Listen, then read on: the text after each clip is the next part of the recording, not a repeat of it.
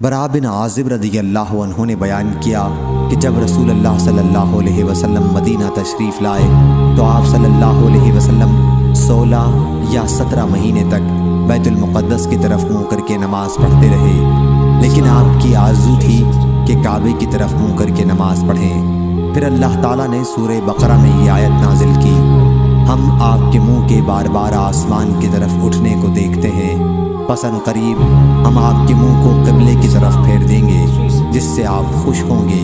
چنانچہ رخ کعبے کی طرف کر دیا گیا۔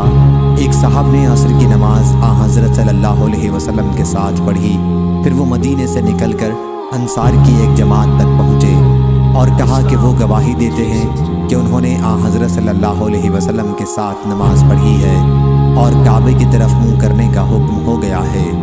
چنانچہ سب لوگ کعبہ رخ ہو گئے، حالانکہ وہ عصر کی نماز کے رکوع میں تھے۔